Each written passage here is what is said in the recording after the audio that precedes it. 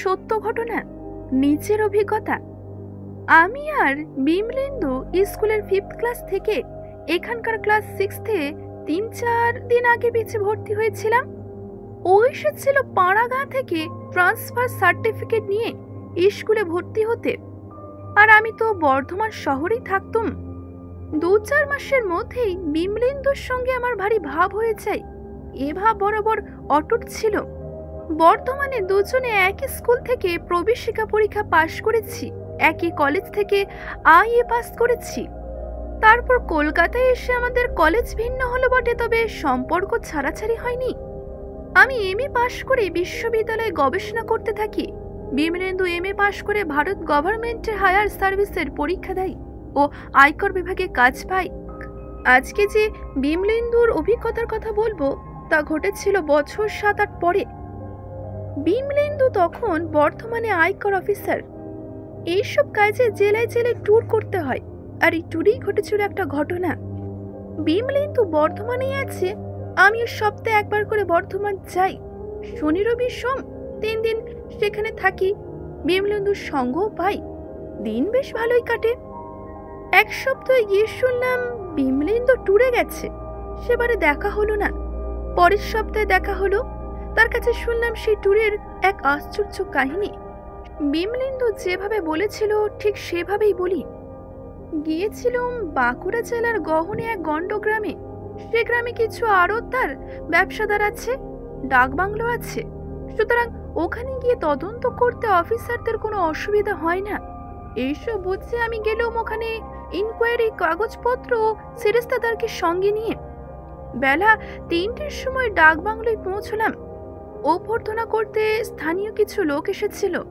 বাংলোটি মন্দ নয়, বেশ নির্জন, একটু যেন বেশি নির্জন বলে মনে হলো। গ্রাম সেখানে থেকে অন্তত 8 মাইল দূরে। গাঁর বাংলোর মধ্যেখানে কোনো বসতি নেই, জঙ্গল আর মাঠ। হাত মুখ ধুয়ে নিয়ে আমি ডাক বাংলোর সর্দারকে চা করতে বললাম। সে চা করে এনে দিল। চা খেতে খেতে তাকে নির্দেশ দিলাম রাত্রির খাবারের। সর্দার বিনীতভাবে বলল, হুজুর, আগে আপনার রাত্রির খাবার গাঁয়ে গিয়ে খাবেন, এখানে রাত্রি কেউ খায় না। আর আমরাও সবাই সন্ধ্যের পর গাঁয়ে চলে যাই। হুজুর যাবেন? আমি অবাক হয়ে বললাম, সে কি ব্যাপার, কি পাগলামি বকছো তুমি? ও বলল, আগে হুজুর, সন্ধ্যের পর এখানে ভূতের উপদ্রব হয় কিনা কেউ তিষ্ঠতে পারে না। সর্দারের এই কথা শুনে আমি সেরেস্তাদারকে ডাকলাম, তাকে সর্দারের কথা বললাম। সেরেস্তাদারও মাথা চুলকাতে চুলকাতে বলল, কি স্যার, সত্য কথা।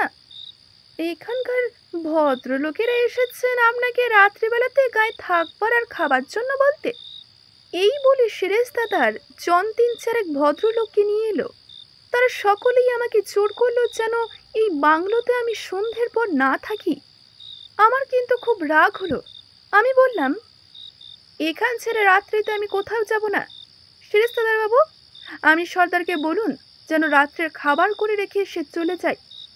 আমার যখন ইচ্ছে হবে আমি খেয়ে নেব, আপনিও চলে যেতে পারেন। তবে সকালে যথাসময়ে আসবেন, ঠিক 9টার সময় অফিসের কাজ করতে হবে। এই কথা শুনে সকলেই চলে গেল।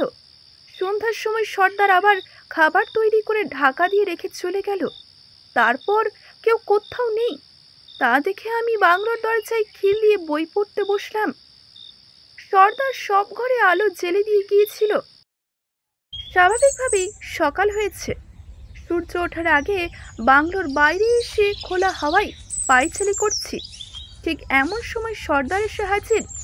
তার মুখ দেখে বুঝতেই পারলাম যে আমাকে জীবিত দেখে সে আনন্দিতই হয়েছে। তারপর তাকে একটা টাকা দিয়ে বললাম, যাও দৌড়ে দুধ আনো গে। আবার সেদিন বিকালেও গায়ের লোক আমাকে অনেক পীড়াপিড়ি করেছিল সন্ধ্যের পর সেখানে না থাকতে। এরপর 3 দিন কেটে গেল, আর এই 3 দিন পুরো দমে সরকারি কাজ চালিয়ে গেলাম। সন্ধ্যাবেলায় সেরেস্তাদারকে বলে দিলাম যে কাগজপত্র সব ভালো করে গুছিয়ে নিতে। আমরা কাল সকালে 9টার আগেই রওনা দেব। সকালে 8টা নাগাদ গ্রামের লোক আমাকে বিদায় জানাতে এলো। কারোর মুখে কোনো কথা নেই। আমি বুঝতেই পারলাম যে এই 4 দিন আমি কি করে কাটালাম সেটা তাতে তারা অবশ্য অবাকই হয়েছে।